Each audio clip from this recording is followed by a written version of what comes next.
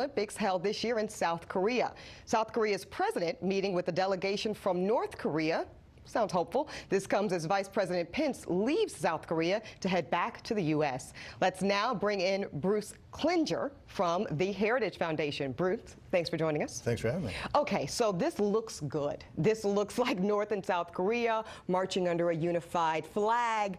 Certainly, I think many Americans and people around the world, Bruce, are feeling hopeful. But break this down and tell us what, if anything, this really means. Well, we can be hopeful, but we've seen this story before. The 2000 Sydney Olympics was very similar. They came in behind a unified flag, a single team, although they competed under their own national flags.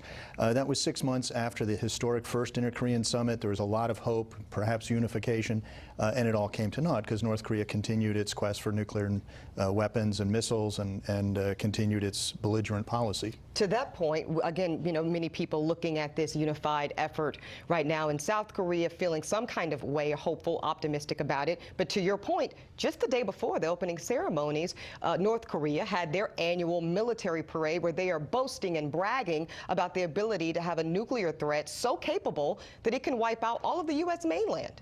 Right, and so really there was a two-part message there. It looks like, is it fair to call them a bit two-faced, Bruce? Oh, exactly. Okay. It's, you know, the February 8th parade had ICBMs and other missiles, so it's sort of, we're the ferocious tiger, accept us as a nuclear state, and then the next day, but we can be a cute and cuddly kitten and walk in and do the Olympics. We can play to common Korean themes to try to influence South Korea, perhaps to go down an engagement path, causing strains in the relationship with the United States. From your experience, Bruce, between the kitten-tiger analogy, because I like it, which one truly is North Korea? It's the tiger. It's the tiger. And it's not only a threat to the neighbors and increasingly to the United States homeland, but also to its own people. And one thing that we forget is the UN Commission of Inquiry deemed that North Korea had committed human rights atrocities so heinous that they qualified as crimes against humanity.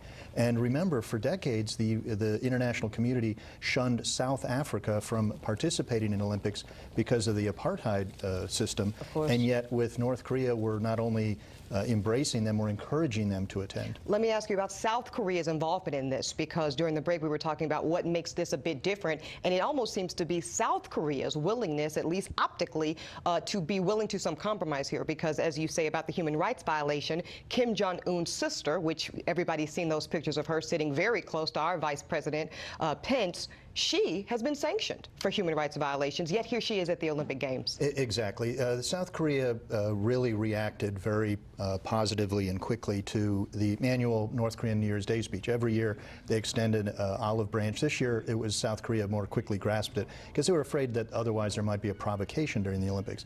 So the South Korean president, he requested really special dispensation from both the UN and the U.S. sanctions, and he's asked for the postponement of a joint U.S. military exercise with the South. So now that the North has reached out, invited him to Pyongyang for a summit, we'll see if the South Korean president now wants to further delay those exercises. Final question for you on this, Bruce. If the world, and the U.S. specifically, conceded North Korea's nuclear ability, do you think that would have a reckoning or a change effect on the likelihood of them executing that nuclear threat? Well, you know, we assess that they have a nuclear capability, but we can't accept them because it undermines the Non-Proliferation Treaty. It undermines really our alliances. So, you know, we need to remain vigilant against that threat, but we also don't need to do something like a preventive attack, which would be, I think, needlessly provocative. Very, very provocative indeed. Thank you so much, Bruce, for joining us with that. Thank you. All right, next hour of America's News Headquarters. Check out this video, the very latest on the